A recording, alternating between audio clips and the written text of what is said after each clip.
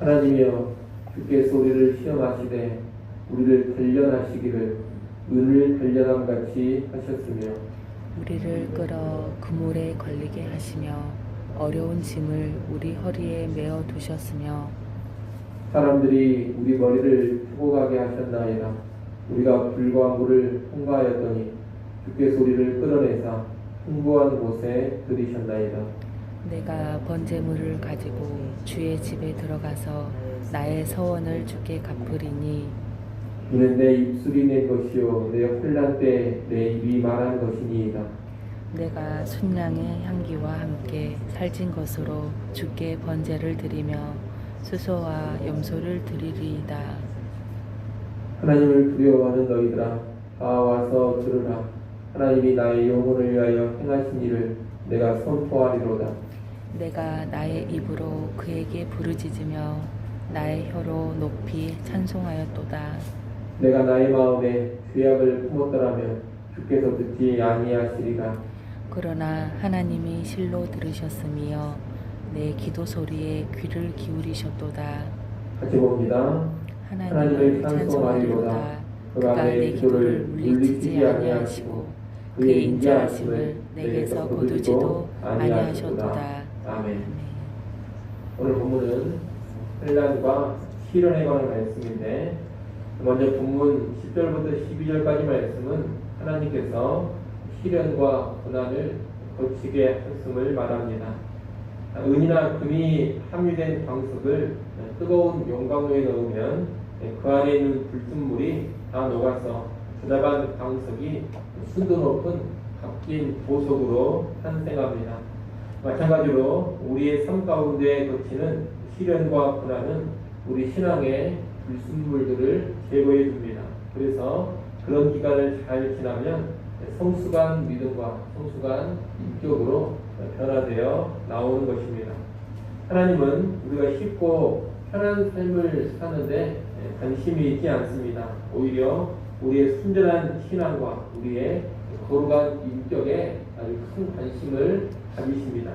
따라서 우리가 하나님 믿는 신앙생활을 한다고 해서 만세훈통의 삶을 보장받는 것은 아닙니다. 오히려 하나님을 믿기 때문에 고난을 받는 경우가 많아집니다.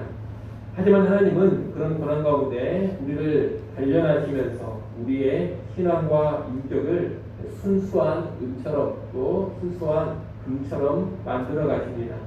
우리 기독교는 모든 고난과 어려움이 다 사라져버리는 그런 만세형통의 종교가 아닙니다. 고난 속에서도 이길 힘을 주시고 고난을 통해서 더 순전한 믿음과 더 거룩한 인격으로 변화시켜 가시는 그런 하나님을 믿고 따르는 종교입니다.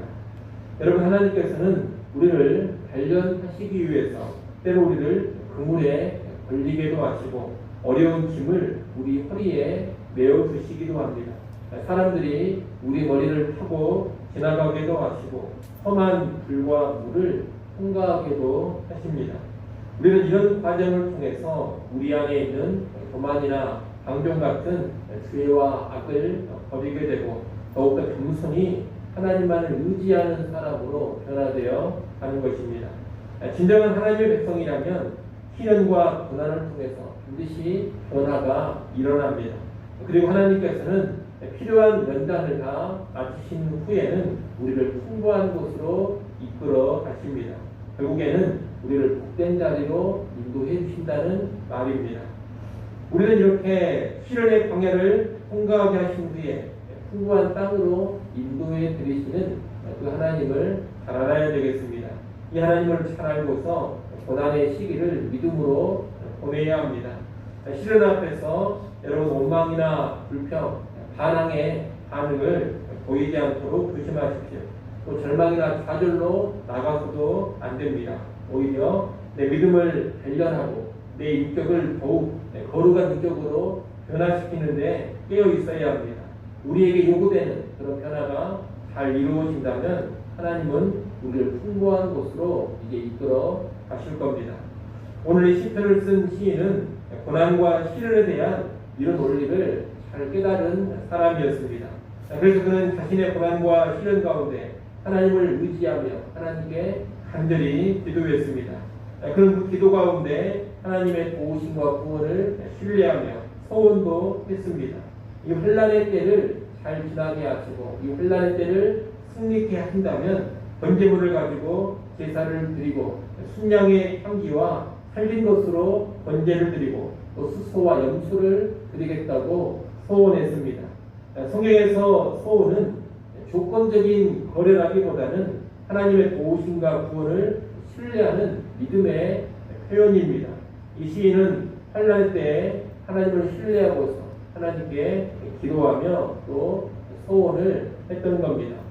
13절부터 15절에 보면 환난이 지난 후에 자기가 한 소원을 하나님께 갖고 있음을 말합니다.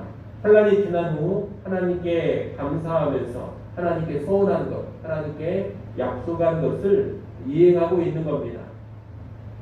나아가 시인은 16절부터 20절에서 환난 때에 자신을 도우신 하나님, 자신의 기도를 들으신 하나님, 어려움 속에서도 인자와 자비로 자신을 대해주신 하나님을 선포하고 찬양합니다. 환난이 지난 후에 사람들을 향해서 하나님이 이렇게 나를 도와주셨고 이렇게 기도에 응답해 주셨다고 알리면서 간증하면서 찬양하고 있는 것입니다. 여러분, 하나님은 우리를 단련시켜 더 성숙하고 온전한 신앙인으로 만들고자 환난과 시련을 우리에게 주십니다. 아울러 이 환난과 시련 가운데 우리를 도와주시고 우리가 이겨나갈 수 있게 해주십니다. 그러므로 앞서 말씀드린 것처럼 환난과 시련 앞에서 결코 원망이나 불평 또는 낭만과 좌절로 나가지 않아야 하겠습니다. 환난과 시련 가운데 더욱 하나님을 의지하는 그런 믿음을 키워가십시오. 기도하는 삶을 또 배워가십시오. 더욱 겸손하고 더욱 인내하는 그런 인격으로 변화되어 가십시오. 내 신앙과 인격의 불순물들을 깨끗이 제거하는 그런 기간으로 삼아가십시오. 필요하면 하나님을 신뢰하고 소원하는 것도 좋습니다. 이 시련을 잘 이겨가게 하시면 훗날 제가 이렇게 하겠습니다. 이것을 드리고 이런 헌신을 하겠습니다. 이러한 소원을 하는 것도 괜찮습니다. 이러한 소원은 환난을 지나는 중에 요긴한 믿음의 결단이 될 수 있을 것입니다. 나아가 이 환난 후에 하나님께 감사하고 찬양하게 될 것을 기대하고 소망하십시오. 하나님은 필요한 연단을 거친 후에 반드시 우리를 더 풍부한 곳으로 인도해 드리십니다.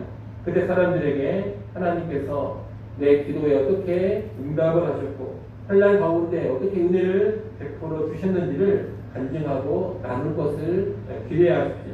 하나님을 찬양하게 될 자신의 모습을 미리 바라보시고 소망하십시오. 환난의 때에 믿음으로 반응하는 사람은 반드시 간증을 하게 되고 감사하게 되고 찬양하게 되는 그런 자리에 서게 될 것입니다. 환난이 지나고 나서 내가 하나님께 약속했던 소원을 반드시 이행하게 되는 그날이 오게 될 것입니다. 이를 꼭 확신하시고 우리 삶의 모든 역경과 혼란과 시련 속에서 철저하게 하나님을 의지하고 붙드는 믿음으로 그리고 승리의 소망으로 대처해 가기를 간절히 축원합니다. 기도하겠습니다.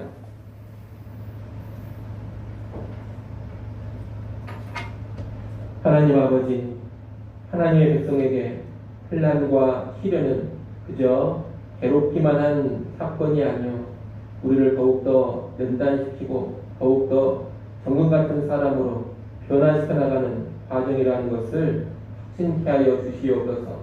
또한 환난과 시련 속에서 우리를 내버려 두시는 것이 아니라 하나님이 함께 하시며 우리의 기도를 들으시며 도와가신다라는 것을 또한 확신케 하여 주시옵소서.